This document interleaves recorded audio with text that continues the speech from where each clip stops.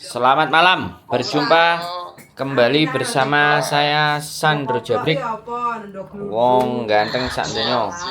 Mohon untuk tidak menyebutkan nama dan identitas dalam percakapan ini karena percakapan ini saya naikkan dalam konten YouTube. Siap.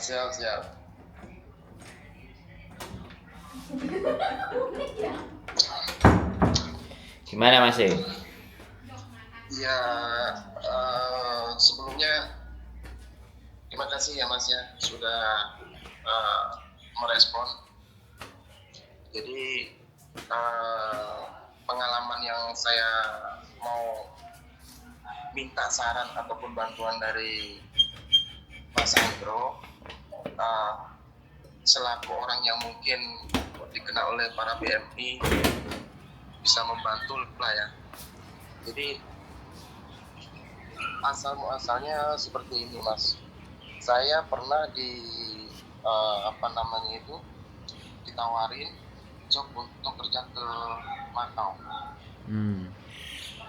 Nah posisi saya itu masih bekerja di Indonesia, itu masih bekerja sebagai funny di salah satu perusahaan yang ada di Indonesia, tepatnya di Sulawesi. Itu dia tawarkan melalui teman saya. Setelah saya sudah masuk, teman saya yang ngasih informasi itu pun nomor dia blokir, nomor saya diblokir tentang informasi job Makau tersebut. Nah setelah sudah selesai, saya kenal dengan orang yang disebut agensi ya. Dia juga YouTuber juga. Saya cari di informasi itu dia seorang YouTuber juga. Nah itu saya tanya sebelumnya karena saya kan tidak tahu untuk progresnya atau step by stepnya untuk bekerja ke Makau itu seperti apa ya Mas Andro ya. Siap. Nah pada akhirnya saya itu bertanya secara detail. Nah akan tetapi dengan tanda kutip di sini saya jujur sama orang tersebut kalau saya tidak mempunyai uang yang seperti yang dia mau. Kalau nggak salah itu waktu itu dia minta kurang lebih 60 juta, ya kan? Nah setelah saya sudah komunikasi, ya kan saya coba itu komunikasi melalui chat. Saya jarang sekali untuk telepon, ya kan? Karena saya juga takut gitu Mas ya, untuk melakukan itu sebenarnya. Tapi karena ada keyakinan bahwa misalnya dia bisa bantu, akhirnya saya bilang sama dia itu saya cuman ada separoh, bisa apa tidak untuk bantu saya kerja di perusahaan tersebut ataupun di negara Makau. Dia bilang bisa, dan itu pun bisa potong gaji. Dia usahakan lah, pokoknya semaksimal mungkin dia usahakan. Nah dengan berjalannya waktu, proses itu ada kurang lebih 1 bulan, dia janjikan 2 minggu, 3 minggu, 4 minggu, sampai 1 bulan, sampai mau 2 bulan, ya kan? Itu tidak ada berkelanjutan gitu Mas. Jadi kayak semacam tunda-menunda gitu, ya kan? Nah setelah sudah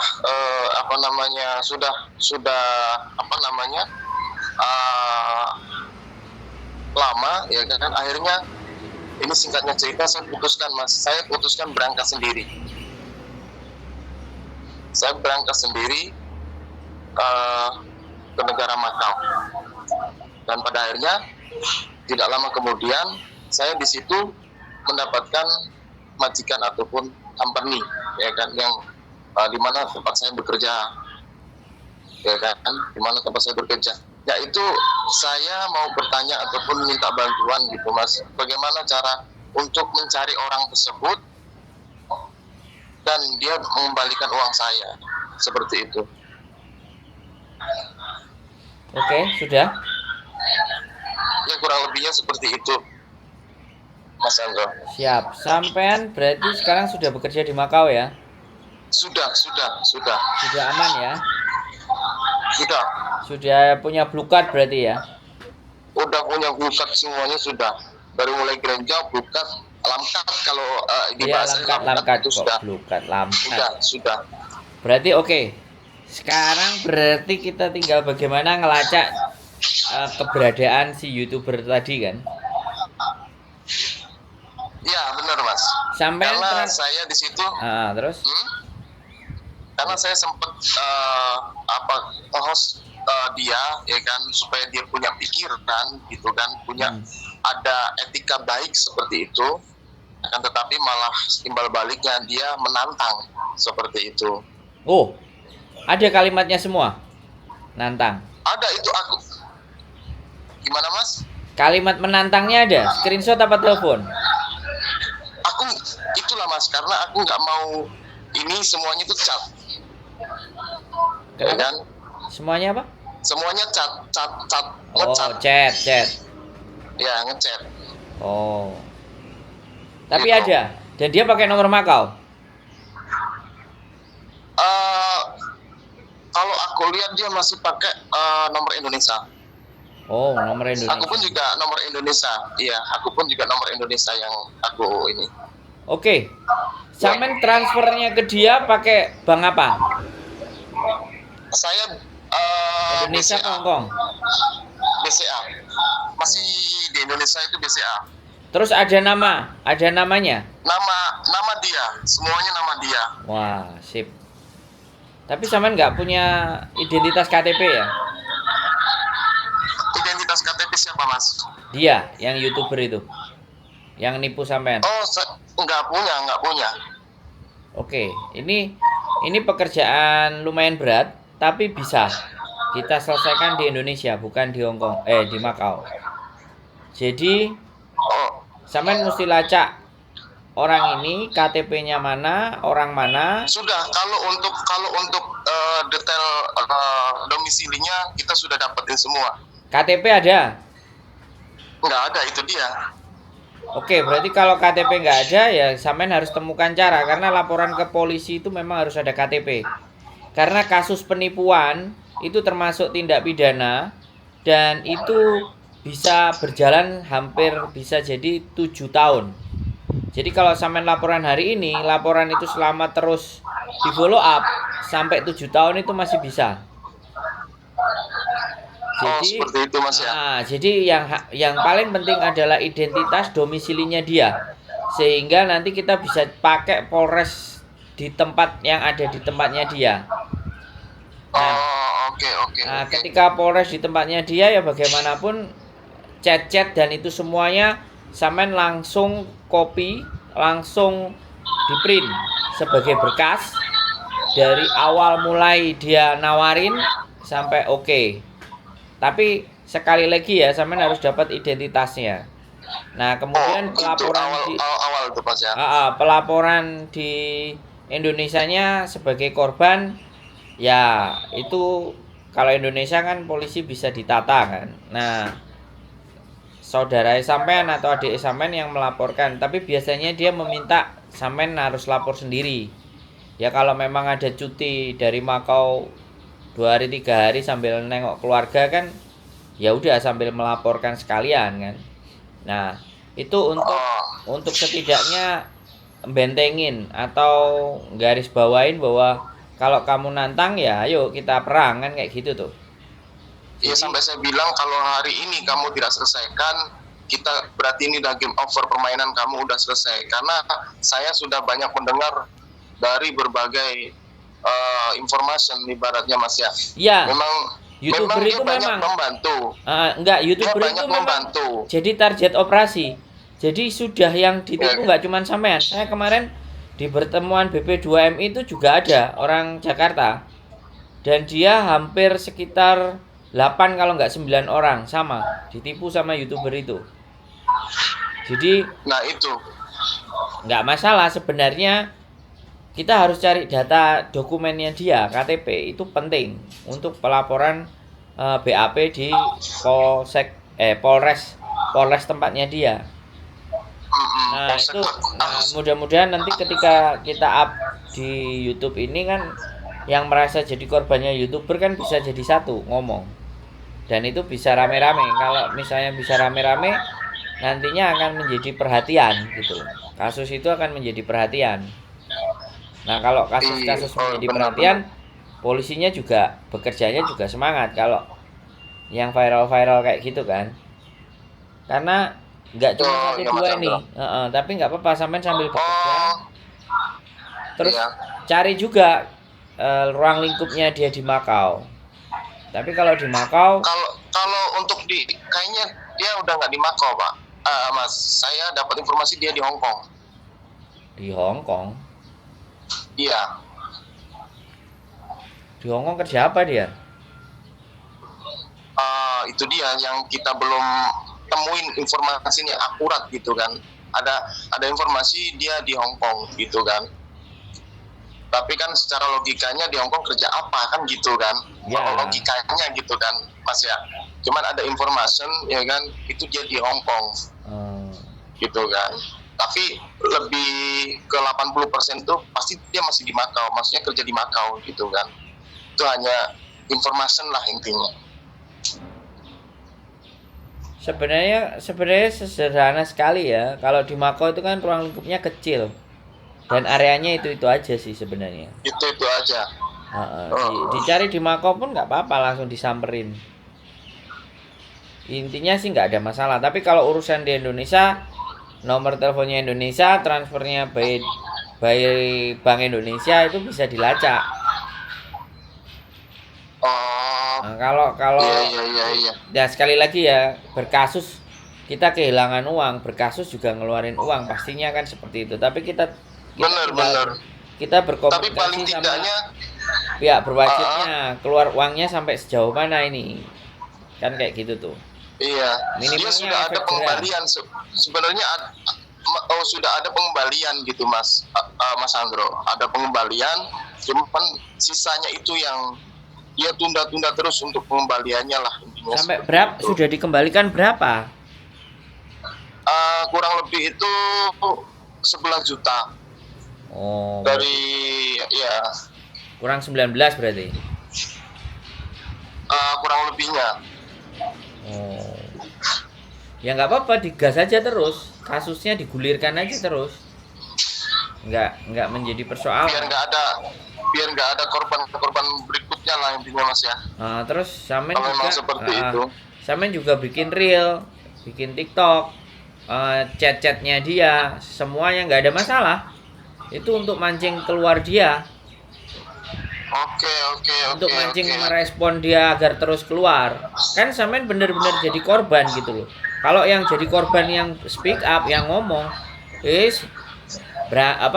beradu aja. Wah, berani aja di sosial medianya. Aku pun sampai ini kan korban, makanya aku berani. Ini nanti saya up lagi juga. YouTuber Makau tipu beberapa orang atau menipu 30 juta hanya dikembalikan 11 juta. Nah kan kayak gitu tuh, nah kan. Nggak ada masalah. Jadi hal-hal yang buruk itu agar supaya yang lain bisa berhati-hati juga. Bahkan saya juga harus berterima kasih sama sampean mau bercerita bahwasannya kehilangan, dan sebenarnya nasib sampean sekarang pun sudah bekerja di Makau, sudah dalamkan. Ini kan sesuatu yang istimewa, rezekinya dibalikin cepat sama Gusti Allah kan. Mbak, iya Mas, makanya itu saya bingung gitu kan dengan progres yang dia jelaskan ya kan, karena saya memang nol, nggak tahu sama sekali Mas ya. Nol sekali.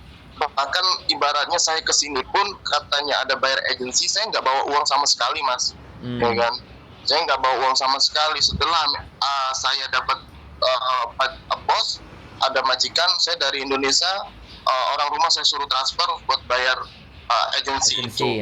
Ya kan, iya benar. Saya kesini cuma bawa uang 5 juta kalau Mas Andro pengen tahu gitu kan. Saya cuma bisa buat booking hotel, booking pesawat pulang pergi, ya kan. Habis itu saya cari kerja, 3 hari saya dapat majikan, dapat bos company, ya kan. Seperti itu. Jadi jauh sekali dengan progres ataupun step by stepnya yang dia jelaskan gitu kan, dia sampaikan. Bahasanya seperti itu ya kan. Nah cuman waktu itu kan karena saya itu memikirkan hal-hal lain, kenapa saya bilang saya cuma punya dana sekian kan, seperti itu ya kan. Kalau memang bisa bantu oke, kita lanjut proses, kalau nggak bisa bantu ya sudah gitu kan. Tapi setelah dia bilang oke, mau bagaimanapun caranya dia mau bantu, pada akhirnya amsyong gitu kan, sampai saya berangkat sendirilah intinya. Bagus itu sebenarnya, sampean bikin channel, bikin konten, bikin reel, dan selalu saya tetap memburu orang ini ya. Itu juga pukulan telak, kena mental gitu loh. Kalau memang tidak ada etikat baik mau bikin, jadi sampean juga tetap bikin konten, di mana konten juga menceritakan bagaimana kondisi pekerjaan di Makau, bagaimana di Makau, terus bagaimana perjalanan sampean akhirnya nyampe juga di Makau. Jadi sekali terus kita nguber, sekali terus kita juga akan bikin konten yang bagus. Jadi jangan kayak saya dulu. Buat edukasi Mas ya. Nah, itu akhirnya buat edukasi ya, buat yang lain seperti itu lebih berhati-hati. Energi positif, selain juga mewarning ya, sambil nyari dia, karena kita pasti akan keluarin hati-hati dengan manusia ini gitu loh, dengan modusnya dia. Terus sampean sambil cari bahan konten lain, pekerjaannya sampean bagaimana di Makau, seperti apa kehidupan di Makau kayak apa. Jadi akhirnya netizen punya banyak pandangan, punya gambaran mana orang yang benar, mana yang enggak. Karena selama ini orang benar dan orang enggak itu absurd gitu loh. Orang sudah ngerasa netizennya banyak, subscribernya banyak, dimanfaatkan untuk melakukan penipuan-penipuan, melakukan hal-hal yang tidak baik.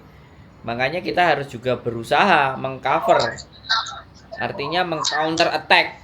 Saya sebenarnya juga seperti itu Mas, mengcounter attack. Jadi news become news, fight news. Jadi berita ya kita sebar juga berita. Nggak tahu sampai sejauh mana, intinya kan seperti itu. Jadi belum tentu subscriber banyak dan dia YouTuber terkenal tapi tidak menipu. Jadi kadang-kadang itu juga jadi perjuangan kita gitu loh, sambil tadi cari datanya di kepolisian, kabupatennya dia mana, masukkan BAP ke polisi. Nah, pegang itu surat BAP-nya, di follow up terus gitu loh. Jadi ditanyakan ongoing progress, nggak ada masalah. Kasus itu tetap bisa terbuka Mas. Kasus penipuan itu bisa terbuka, bukan 7 tahun ya, 12 atau 14 tahun kasus itu tetap bisa terbuka. Pidananya itu Mas ya. Masih terbuka. Kasus itu kalau belum sampai cabut, belum sampai tarik, bisa kebuka lagi gitu. Itu masih kebuka sebenarnya. Makanya itu kita kejar sampai sejauh mana nih orang. Apakah nggak pulang ke Indonesia? Karena di situ kami sudah ya sedikit maka dari informasi Mas ya, dari berbagai, cuman ya tadi itu kata Mas Andri cuman KTP saja. Cuman kalau untuk lokasi rumahnya ya kan, kediaman rumahnya kami sudah tahu semua. Ya makanya cari info di desa. Jadi pelaporannya dari, yang paling penting kan kita harus melaporkan dulu ke kantor polisi, ada surat BAP-nya, baru ke kantor desa. Iya benar-benar ke kantor desanya. Jadi kalau sampai datang hanya laporan ke kantor desa, tidak ada laporan BAP dari polisi, maka orang desa juga kamu main ngarang-ngarang cerita. Tapi kalau nih dari Polres atas nama ini wargamu gini-gini melakukan seperti ini dan kami memburu orang ini gitu. Jadi kita punya tim sendiri. Nah, Polres ada sendiri, di situ ada sendiri gitu loh. Jadi kan dia pasti tahu dia warga mana gitu loh. Dan setiap pelaporan itu kontenin. Cari kamera, kontenin. Orang-orang yang misalnya tidak terlibat, ya sebagai kode etik blur aja. Tapi wajah kita saat melaporkan, ya kita wajahnya nggak apa-apa, kita melaporkan. Hari ini ayo kita datang ke kantor desanya si penipu tadi, ya kan, si YouTuber penipu tadi, kita melaporkan, dan kita nanti bisa dengar respon dari sang kepala desanya kayak apa. Nah, kayak gitu. Jadi berita itu akan terus kita bawa ke atas.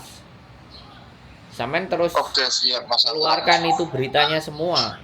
Sampai akhirnya mentok nanti lama-lama dia akan terintimidasi dengan berita-berita yang kita buat. Jadi Oke. itu nggak ngeluarkan biaya gede kalau kayak gitu energinya. Karena kita terus bawa tuh masalah. Jadi nggak Terus apa-apa. dipantau gitu Mas ya. Iya, kita bawa masalah itu naik ke atas terus itu kan artinya apa ya? Untuk menginformasikan ke semua. Jadi bukan hanya ngejar dia aja, ngintimidasi dia, tapi terus dibawa kayak semen kena kasusnya waktu Presiden Soeharto itu ya kasus lama Munir itu kan akhirnya jadi tenar.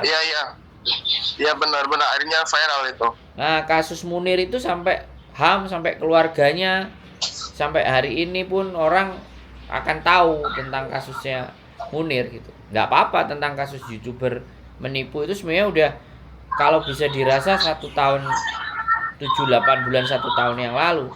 Tapi tetap dia mencari mangsa, mencari momen.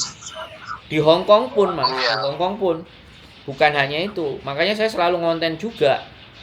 Saya juga memberikan edukasi kalau kalian mau kerja di Hong Kong, usahakan kalian bisa bahasa Mandarin, bahasa Inggris, kalian bikin KUCJK, lemparin aja semua ke agent. Jangan kasih orang apalagi kalian bayar duluan. Benar. Itu setelah saya rasakan setelah kerja di Macau. Nah, jadi kalau video kita itu nyebar ke agent-agent, buktinya ada satu juga ex Taiwan, dia ngirimin videonya pakai bahasa Mandarin, diambil sama agent gede di Hong Kong dan sekarang sudah kerja di perkebunan anggrek.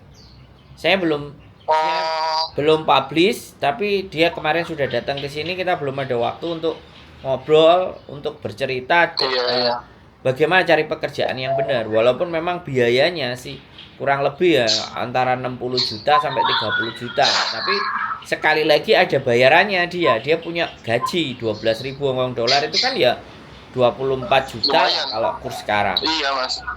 Jadi 3 bulan 4 bulan pun juga mungkin uangnya dia bisa kembali gitu kan. Dia legal, dia punya KTP, ada kontraknya. Cuman kan yang saya sayangkan pembayarannya kenapa begitu besar dan itu diminta oleh siapa? Kalau itu diminta sama agent atau diminta sama majikan atau diminta agent, ya kita bisa laporkan. Kalau dimintanya sama PT pun kita bisa laporkan. Tapi bisa makanya laporkan. Itu Mas awalnya karena saya tadi itu memang nol Mas ya. Dia mengaku sebagai ibaratnya mengaku sebagai agent gitu kan, atau ibaratnya intinya jasa lah gitu kan. Nah setelah kesininya dia bahasanya ke agent, berarti dia sebagai calo berarti kan Mas ya. Sebagai calo. Nah setelah saya tahu dia sebagai calo bukan agent ya kan, dia sebutkan agent tersebut dan ternyata yang disebutkan nama agent tersebut itu bukan agent juga, dia juga calo juga gitu loh Mas. Calo bercalo jadi kayak semacam apa ya, sindikat apa namanya Mas kalau seperti itu, sindikat ya lempar-lemparan gitu. Tapi saya berpikirnya setelah indikasi-indikasi yang nggak baik itu saya rasakan, saya cuma berpikir gini, uang pasti dipakai dia, nah dia masih ada tanggung jawab untuk mengembali. Gimana Mas? Sindikat. Iya sindikat. Dia ada tanggung jawab untuk mengembalikan, cuman karena uang dia belum dapat, akhirnya dia tunda. Belum dapat mangsa baru lagi atau seperti apa kan kita nggak tahu. Nah, bisa sindikat. Jadi memang begitu. Gitu. Makanya tepatnya kata Pak Benny sindikat.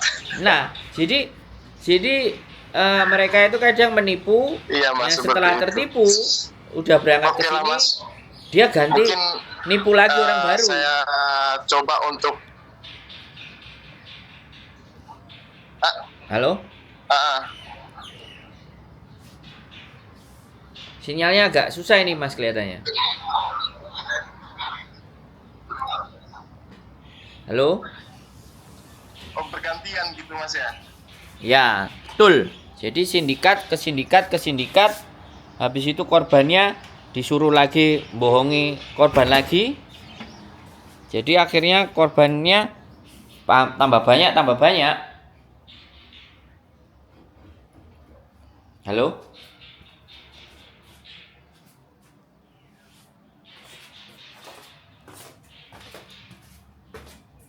Halo? Wah iya, ternyata sinyal saya mati ya teman-teman.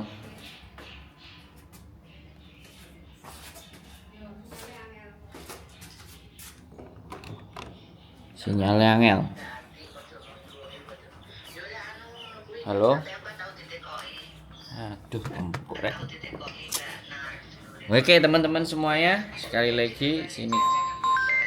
Nah, oke nih.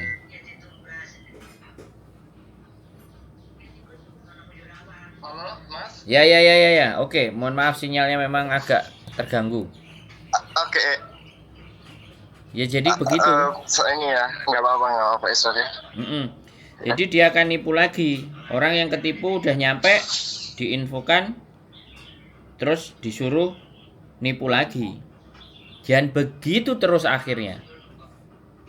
Akhirnya tinggal nunggu siapa yang ketipu, siapa ketipu berikutnya. Makanya kalau buat sampean orang-orang yang nggak speak up, maka mereka akan seperti itu.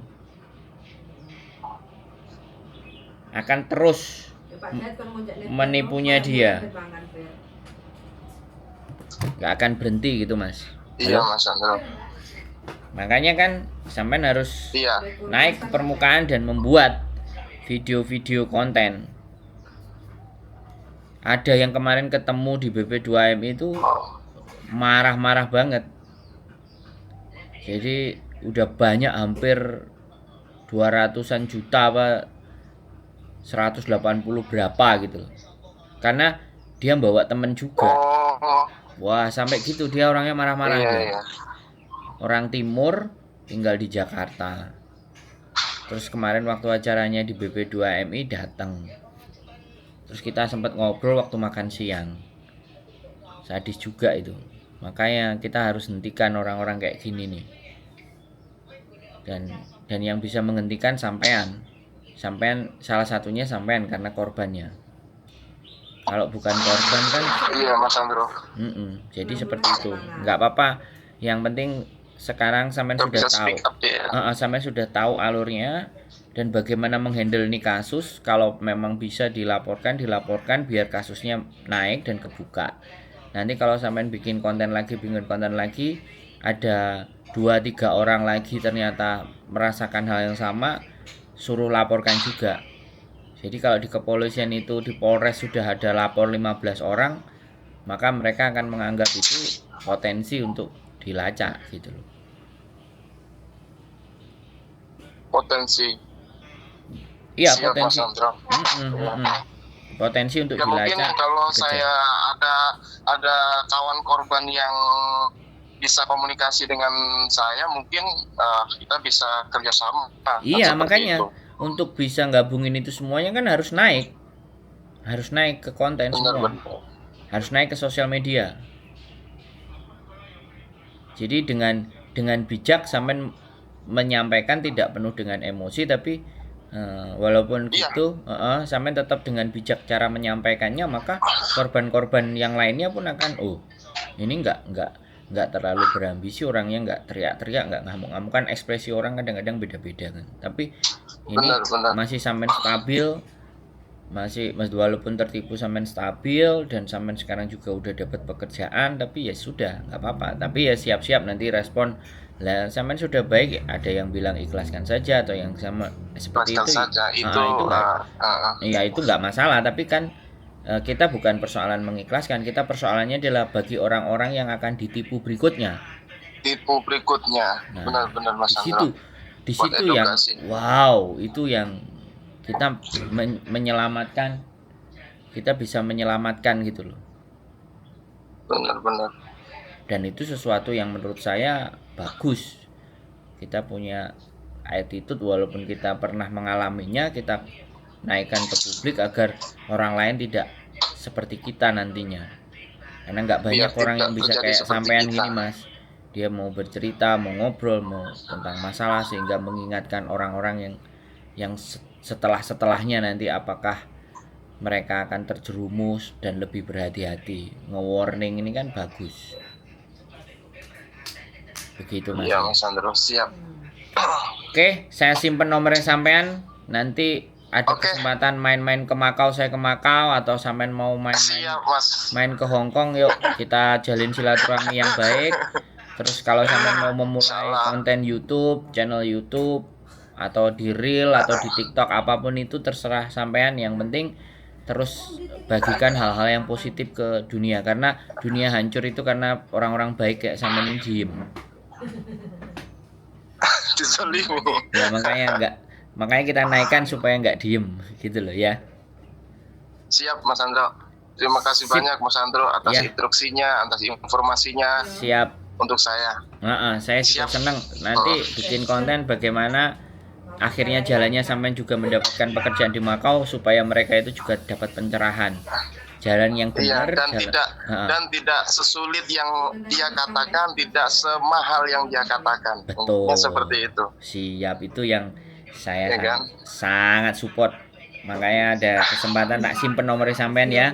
Mohon jangan Siap. dirubah, nanti ke Makau saya cari sampean, kita ngobrol. Kabar-kabar.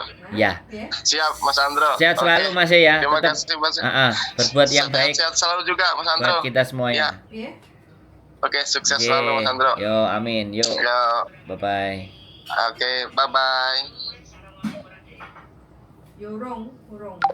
Luar biasa ya Masnya, ditipu, sekarang udah dapat pekerjaan hanya modal 5 juta di Makau. Sekali lagi tetap semangat dan keep stay tune my YouTube channel and see you next video. Bye bye.